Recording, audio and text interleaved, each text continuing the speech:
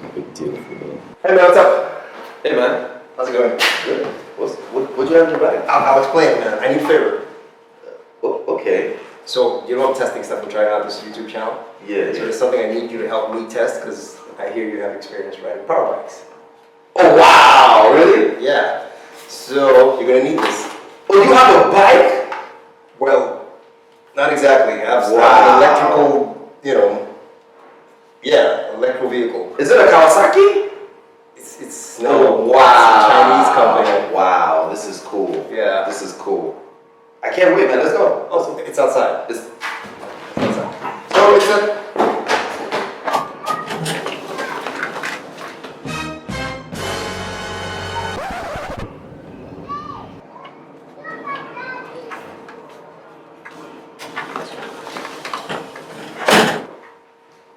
Yeah, I saw your power bike. Hey, man. Thank you. Hey. Thank you. Bro. Thanks, man. I Hey, appreciate it. you're not gonna do it? No. Thanks for coming. Don't be like that, man. No, thanks. When you have a Ferrari, let me know. You're bigger than this. Don't waste my time. No, I obviously bigger than it. Obviously. But thank you. Thank you. All right. Long head. I can't even insult you right, man. Forget you. I'm out. Thanks for nothing. Call me when you have a Ferrari. I won't call you. Loud scooter. All right. Rubbish.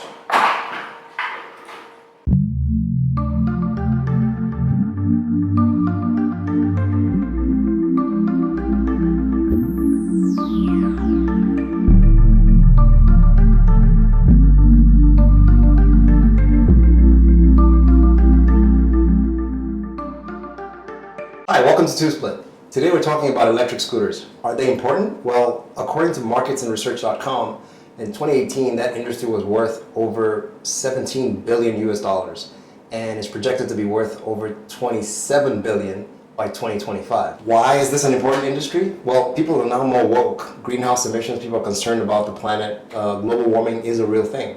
So if you can go from point A to point B without emitting gas and destroying our planet, why not? Electric cars are doing very well. So I guess it makes sense for scooters to be doing very well in that industry to grow in the mid to long term, even bigger from what people are seeing. So that's why today we're going to be talking about the Xiaomi M365 Pro. And this is the successor to the famous M365 scooter. Let's see what's in the box.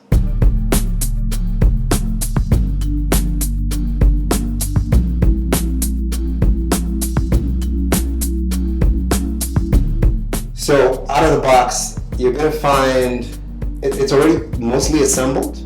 The handle brakes are loose and some of them claim the wires are not connected, but it usually comes connected. There are 4 bolts and they give you an Allen key to secure it all in place once you stick it in the top. It also comes with a charger, a brake pump adapter, and a user manual. That's pretty much it. And that is everything in the box. So once you put in those 4 bolts, you're ready to go. So the M365 Pro has a larger battery in comparison to its successor, and this delivers 300 watts of power. The old model used to deliver 250 watts of power, and this makes a difference, especially if you're going uphill. However, because of that larger battery, it'll take you about 8.5 hours, which is 3 hours longer than the older model to charge. The Pro model also comes with a dashboard display. The first one didn't have a digital display, and this is pretty useful for showing you how fast you're going and which speed or which mode you're driving in. So there are 3 modes when you're riding the M365 Pro. It has an eco mode, it has a driving mode that just says D, I'm assuming it's driving, or daily, or just dormant, I don't know, but that's the standard mode. And then there's S mode, which we all assume is sport mode, or speed mode, or silly mode if you want to fall and break your neck. So the eco mode tops out at 15 kilometers per hour, which is pretty decent, and is ideal for saving battery and navigating crowded areas. The driving mode reaches a max speed of 20 kilometers per hour, and this seems to work in most situations, probably used more by everyone who has this scooter. However, the sport mode is has the fastest takeoff, and trust me, you should buy a helmet, all right? Because you can get hurt, all right? It's plenty. 10 kilometers is plenty to fall, and it's not fun when you're bleeding. There's no cure for death yet, last I checked, so buy a helmet. Public service announcement. So the scooter has a handlebar and hinge system that allows you to fold it down, and this makes it easier for you to carry. But by easier, I mean ergonomically. But weight-wise, it is heavy. It's not exactly light at 14.2 kilograms. Yeah, that's a lot. So don't plan on carrying it very far. Maybe just from the house to the car, and put it in, or just going out to the street, that's okay. But any further, it's a full-fledged workout. You probably won't have the energy to ride it when you get there. It also has a headlamp, and it illuminates just a couple of meters in front of you. But I think it works great at night for you to see clearly where you're going. It's better than not knowing where you're going at all.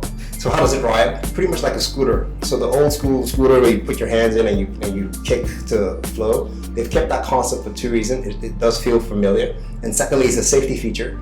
So you can't just accelerate and the scooter takes off. No, you have to actually push off and gain some speed before you can then accelerate and move on. So there are no suspensions, no shock on the front or back of the tire. So if you hit a bump, you will feel it. So I wouldn't advise going into bumpy areas anything faster than 10 kilometers per hour. Maybe in the future they might add a shock suspension, but I guess that's what keeps the cost at a mid-tier. Other than that, it's a fairly smooth ride on a decent road. Because the air-filled tires, they do absorb some of the bumps when you're on the road. So it sort of works out, but try not to make any sharp turns when you're at high speed. Because as me and Jay and some other people found, yeah, I didn't test the scooter myself, most of it. I rode it a little bit, but I'm much smarter than that. That's why I try to get other people to try it. I'm allergic to pain. Hey, what's happening? Oh.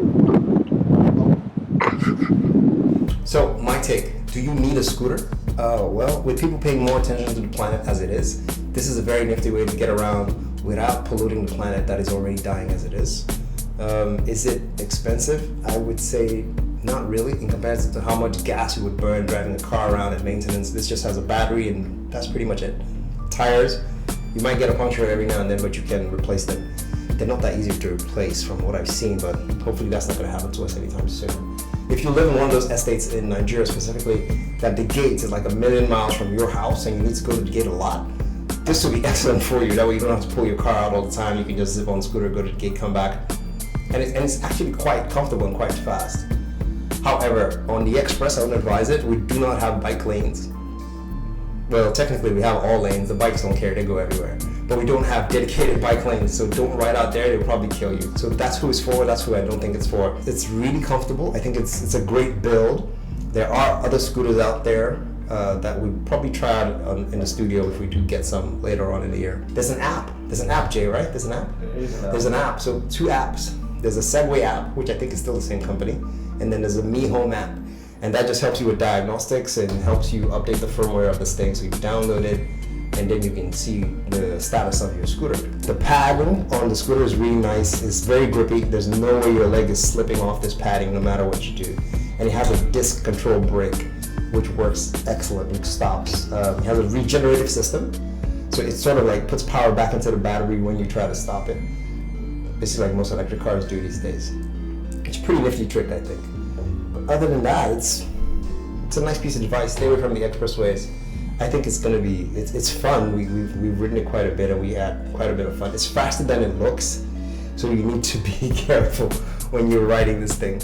My final words again, if you can't afford it and you don't want to take your car everywhere, you should buy one of these, especially if you live in a controlled area, an estate, or especially lots of places in Lekki that have nice roads that you can enjoy this on.